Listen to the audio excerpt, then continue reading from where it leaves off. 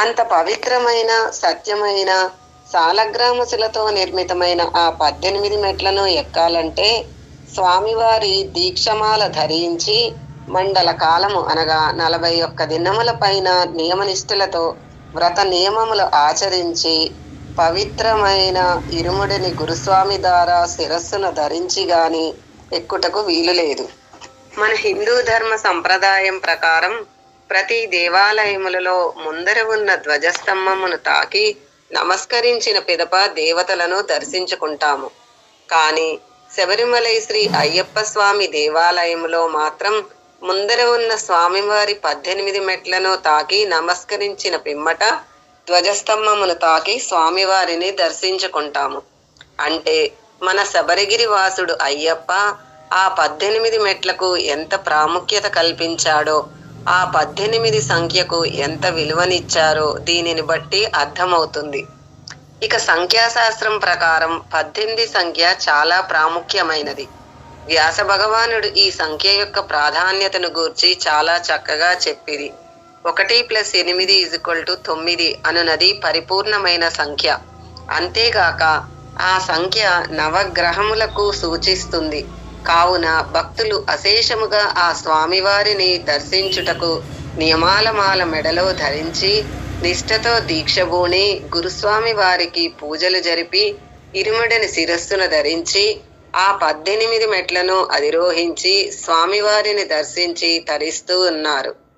అందుకే మనము మన స్వామి పూజలలో కూడా పడి పూజ అంటామే కానీ అయ్యప్ప పూజ, స్వామివారి పూజ అని ఎక్కడా అనకుండా అయ్యప్ప స్వామివారి పడి పూజ అంటున్నాము.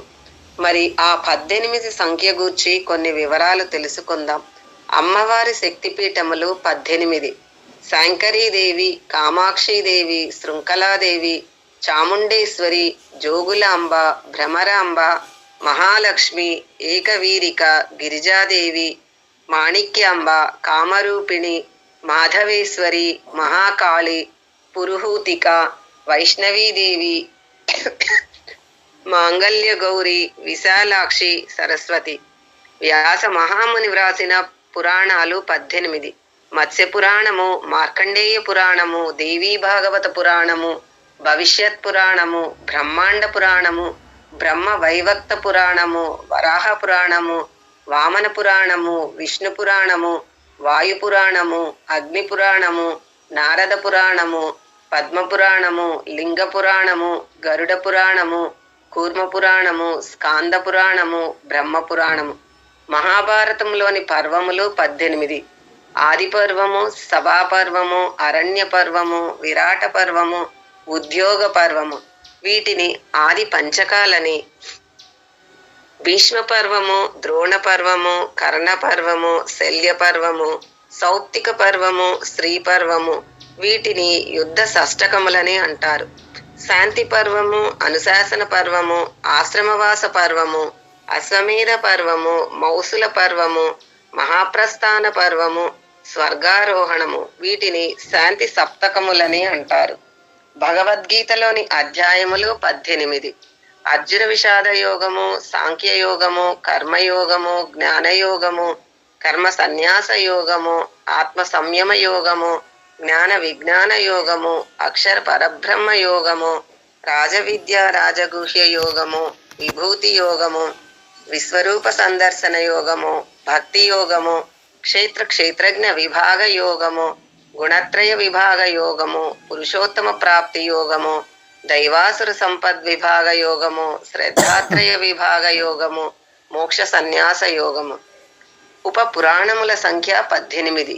సనత్ కుమారము, నృసింహ పురాణము, స్కంద పురాణము, శివధర్మ పురాణము, నందికేశ్వర పురాణము, దుర్వాస పురాణము, నారదీయ పురాణము, కపిల పురాణము, మానవ ఔజానన పురాణము, మహేశ్వర పురాణము, వారుణ పురాణము, కాళీ పురాణము, సాంబ పురాణము, సౌర పురాణము, పరశర పురాణము, మారీచ పురాణము, భార్గవ పురాణము, బ్రహ్మాండ పురాణము.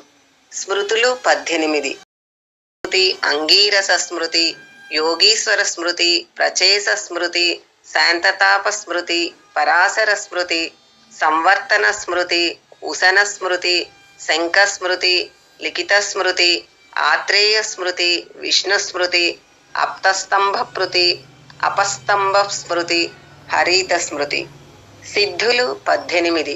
అణిమ, లహిమ, గరిమ, మహిమ, ఈశాత్వ, వసిత్వ, ప్రాకామ్య, బుద్ధి, ఇచ్ఛ, ప్రాప్తి, సర్వకామ, సర్వాసంపత్ప్రద, సర్వప్రియంకర, సర్వమంగళాకారణ, సర్వదుఃఖ విమోచన, సర్వమృత్యుప్రవాచ, సర్వవిఘ్న నివారణ, సర్వాంగ సుందర, సర్వ సౌభాగ్యదాయక. విద్యలు 18.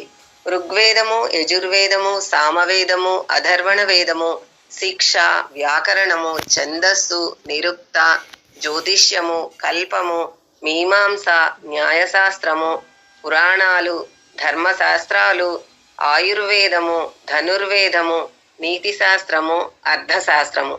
మానవ శరీరములో ఉన్న ముఖ్యమైన స్థానములు 18.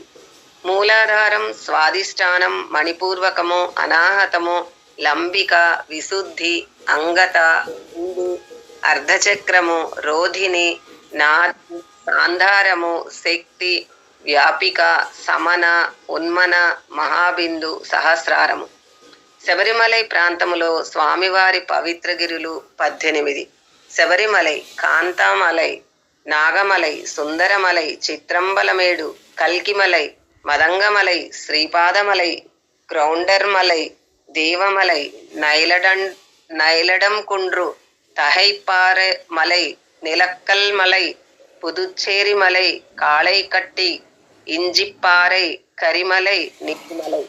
అష్టరాగ పంచేంద్రియ త్రిగుణ జ్ఞానాజ్ఞానములు 18.